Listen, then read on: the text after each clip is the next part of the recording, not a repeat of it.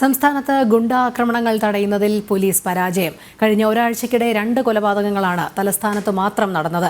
ഗുണ്ടകളെ പിടികൂടാനുള്ള പരിശോധനകളും നിലച്ചു.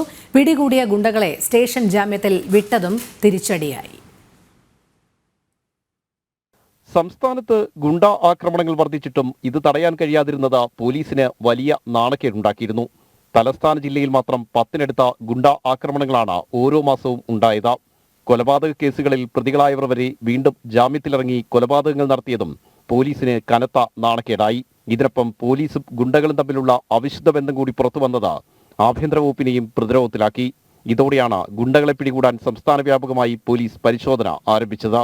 എന്നാൽ ഏറെ കൊട്ടിഘോഷിച്ചു തുടങ്ങിയ ഗുണ്ടാ റെയ്ഡ് ഇപ്പോൾ പൂർണ്ണമായും നിലച്ച അവസ്ഥയാണ്.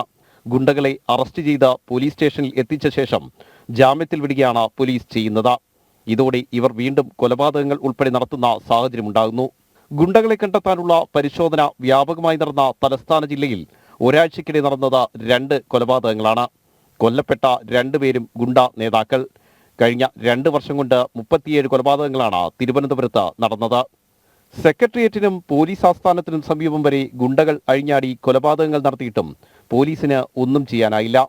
ഗുണ്ടകൾക്ക് പോലീസിലും ഭരണതലത്തിലുമുള്ള സ്വാധീനമാണ് ഇത് തടയുന്നതിന് പ്രധാന പ്രശ്നം. അതിനാൽ കടുത്ത നടപടികൾ സ്വീകരിക്കാൻ പോലീസിനും കഴിയുന്നില്ല. ഇതോടെ ഗുണ്ടകളെ പേടിച്ചു കഴിയേണ്ട ഗതികേടിലാണ് തലസ്ഥാനത്തെ ജനങ്ങൾ. ആർ രാജീവ്, ജനം, തിരുവനന്തപുരം.